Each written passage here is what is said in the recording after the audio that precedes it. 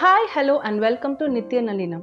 நம்ம குழந்தைங்கள எப்படி ஈஸியாக ஹேண்டில் பண்ணுறதுன்னு இன்னைக்கு நாம பார்க்க போகிறோம். வாழ்க்கையில் பெரிய சவால் எது தெரியுமா? ஒரு குழந்தையோட மனசை புரிஞ்சுக்கிறது. ஏன் அவன் அழுகுறான், ஏன் அவளுக்கு கோபம், ஏன் அவங்க சொன்ன மாதிரி செய்ய மாட்டேங்கிறாங்க. நம்ம எல்லாருக்கும் இந்த மாதிரியான கேள்விகள் லைஃப்பில் வந்துட்டே இருக்கும். ஃபர்ஸ்ட் திங், குழந்தை வளர்ப்பு அப்படின்றது ஒரு காம்படிஷன் இல்லை. நீங்கள் பர்ஃபெக்டான பேரண்ட்டாக இருக்கணும்னு பெரிய அவசியம் இல்லை. Don't compare your self with other parents. அது ஒரு பியூட்டிஃபுல்லான பட் ஒரு டஃப்பான ஜேர்னி. ஏன் குழந்தைங்க சில சமயம் நாட்டியாக ஆக்ட் பண்ணுறாங்க தெரியுமா? அவங்க அதெல்லாம் தெரியாமல் பண்ணுறது இல்லை, அவங்க அட்டென்ஷன் தேடுறாங்க.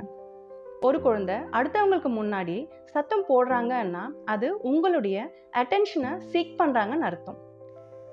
நாம் வேறு வேலையில் பிஸியாக இருக்கும்பொழுது குழந்தை நம்மக்கிட்ட வந்து அலறாங்க, சத்தம் போடுறாங்க அப்படின்னா அதுக்கு என்ன அர்த்தம்னா, அம்மா அப்பா எனக்கு உங்கள் கவனத்தை கொடுங்க, உங்கள் கான்சன்ட்ரேஷன் கொடுங்க, உங்கள் அட்டென்ஷன் கொடுங்கன்னு கேட்குறாங்கன்னு அர்த்தம். அதை நாம் புரிஞ்சுக்கணும். அதுக்கு நாம் என்ன பண்ணணும்? அதுக்கான ஃபர்ஸ்ட் ஸ்டெப் தான் இது. அவங்க பேசுகிறத காமாக கேளுங்க. அவங்கள புரிஞ்சிக்காம நம்ம கோபப்படும் போதே மேஜர் ப்ராப்ளம் டெவலப் ஆகுது. அவங்க கண்ணோட பார்வையை நேராக பார்த்து என்ன நினைக்கிறாங்க, எதற்காக அவங்க ஷவுட் பண்ணுறாங்கன்னு சொல்லி புரிஞ்சுக்க ட்ரை பண்ணுங்க. ஸோ லிசன் மோர், ரியாக்ட் லெஸ். செகண்டாக, சிம்பிள் சாய்ஸஸ் நிறைய கொடுங்க. இப்போது குழந்தை சாப்பிட வேணாம் அப்படி சொல்லுது அப்படின்னா சாப்பிட வைக்கிறதுக்கு என்ன பண்ணலான்னு பாருங்கள். அதுக்கு 2 சாய்ஸ் கொடுக்கலாம். நீங்கள் இப்போ சாப்பிடுவியா, இல்லை 10 மினிட்ஸ் கழித்து சாப்பிடுவியா, இல்லைன்னா வெளியே போகக்கூடாது. இதுதான் குட் சாய்ஸ். அதை விட்டுட்டு சாப்பிட்டாதான் வெளியே போகணும் அப்படின்னு ஒரே சாய்ஸ் கொடுத்தீங்க அப்படின்னா குழந்தைக்கு அது ரொம்ப கஷ்டமாக இருக்கும். ஆனால் நீங்கள் நிறைய சாய்ஸ் கொடுக்கும்போது குழந்தைக்கு அது ஹாப்பியாக இருக்கும், ஈஸியாக இருக்கும். ஈஸியாக ஏதோ ஒன்று செலக்ட் பண்ணிவிட்டு ஹாப்பியாக இருந்துடும். நெக்ஸ்ட்டு டிப்பு, அவங்க அட்டகாசம் பண்ணாலும் நீங்கள் காமாக இருங்க. அவங்க சத்தம் போடுறாங்களேன்னு நீங்களும் சேர்த்து சத்தம் போட ஆரம்பிச்சிங்கன்னா அது ஃபயருக்கு ஆயில் ஊற்றுற மாதிரி இருக்கும். So you stay com. அவங்க சத்தம் போடட்டும், அதுக்கப்புறம் அவங்களே அடங்குவாங்க.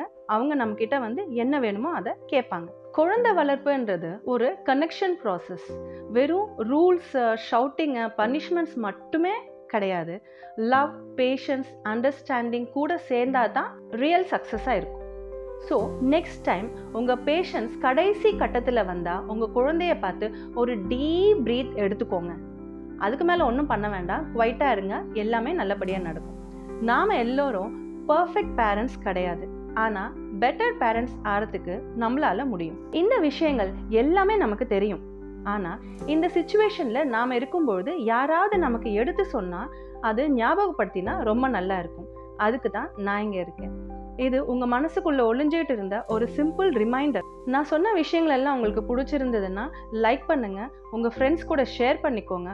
உங்களுடைய பேரண்ட் ஜேர்னி என்னோட இந்த சிம்பிள் டிப்ஸோட ஹாப்பியாக அமையட்டும்.